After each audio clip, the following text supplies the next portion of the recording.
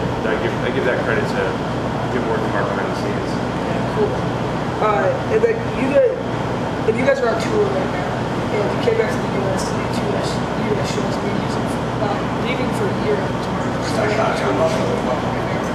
Yeah, this is actually just kind of a quick fly out. I mean, when I think of a tour, I think of like being gone for a month. You know, we're just so used to traveling all the time. This is almost kind of like a vacation weekend coming out to play these radio festivals.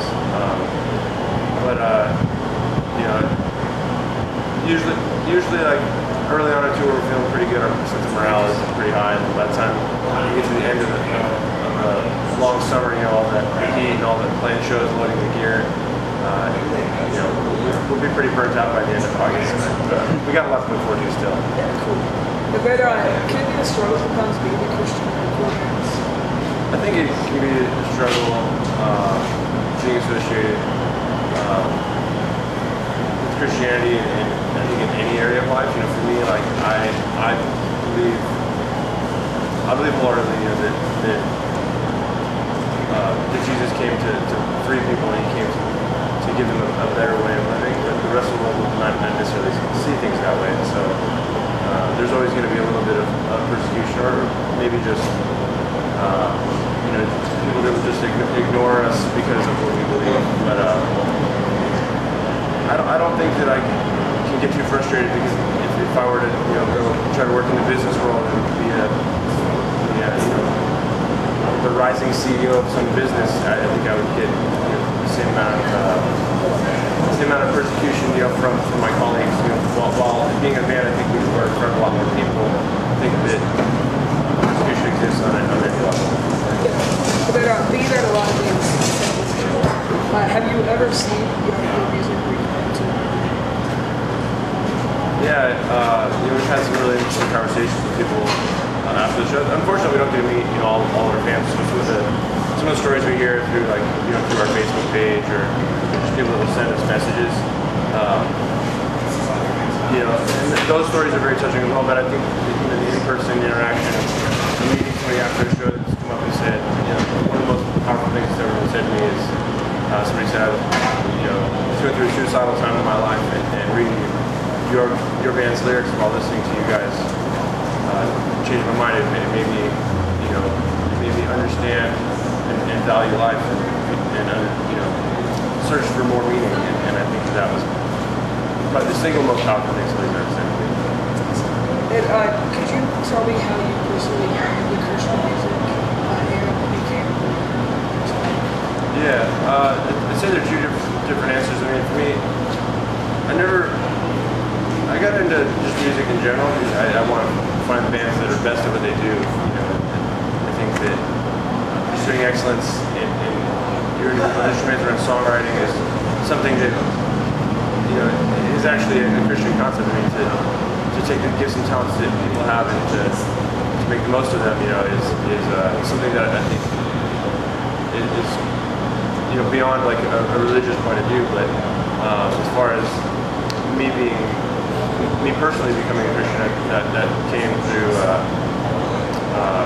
a lot of, you know, apologetic reading. You know, like I first read the book The Case for Christ a long time ago, and felt like that sort of opened the door for me to take more seriously Christianity from a rational perspective.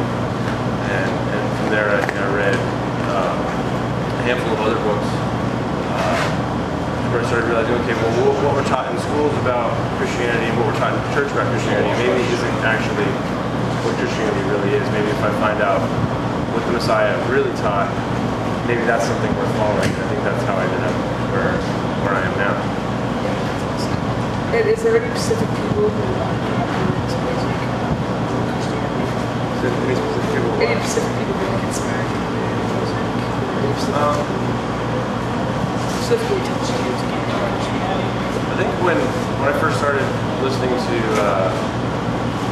or giving Christian bands a shot and just listening to them, the only band I really took seriously at the time was Living Sacrifice. And granted, I found some other good Christian bands since then, but I never really took Christian music seriously, because most of the time it was more about the message than it was about being good at writing songs, you know, and that was always frustrating for me.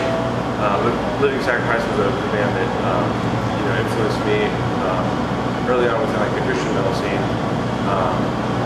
As far as just getting into music in general, I'd say I cite bands like Metallica and Pantera because those are bands I heard on the radio when I was a kid and made me want to go find heavier stuff that was out there. And so I think every band has their influence in their own way. Whether or not I agree necessarily, the lyrics of every band, those were the bands that influenced me to be where I am now.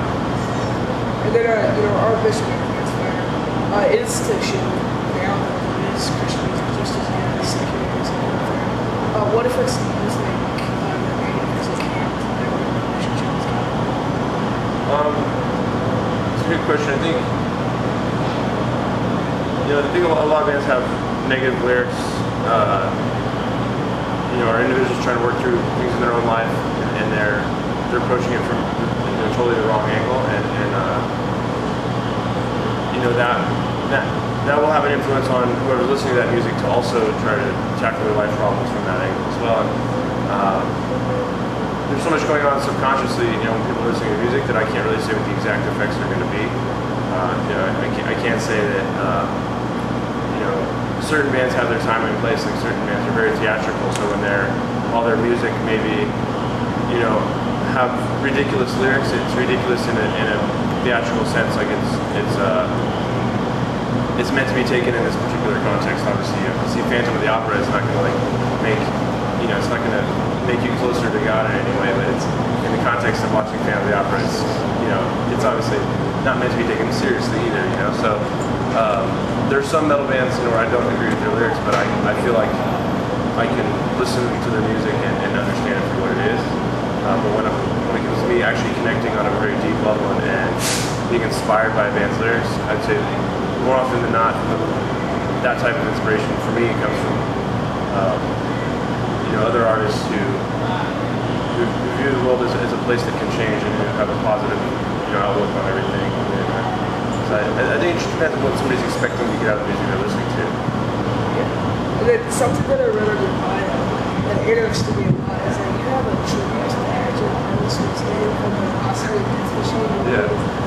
Well, again, I guess to be taken in context, I wouldn't expect anybody to listen to Oscar Death Machine and feel like this grand spiritual connection. It's lighthearted, it's fun. It's like Azadonic has this very passionate feel, to everything that we do. Even the sound of our music, I think, has a passionate feel to it. But lyrically, for me, I wanted to have an outlet for that, but I also wanted to have an outlet for just a goofy, hanging out side of my personality. That just me and my friends were all, talking about stupid ideas, and why not have an outlet for that as well, And to me, I enjoy like the very thrash influence of music, so it's an outlet for me to play guitar and be more involved instrumentally, since it's like my whole. I am the whole band, at least on the previous records. And then what are a couple of things that I ask you? What's one of the craziest shows you've been It's tough because I'm not trying to exaggerate, but I really honestly don't even remember which cities are which sometimes. Like as far as when we play, we'll wake up, we'll drive to the venue, it just looks like a parking lot, big black room, speakers, So sometimes, a really small club with people going absolutely crazy, will be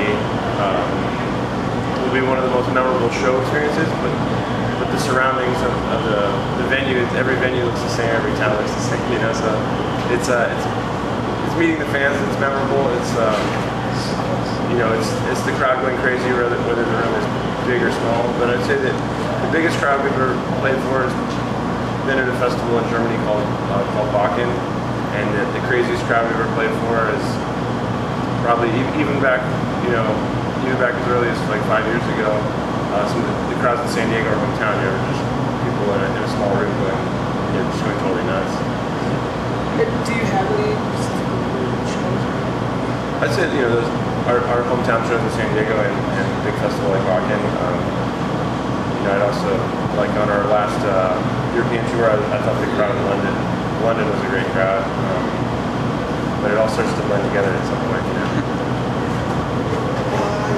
Yeah, cool. So, yeah, I think that's the interview.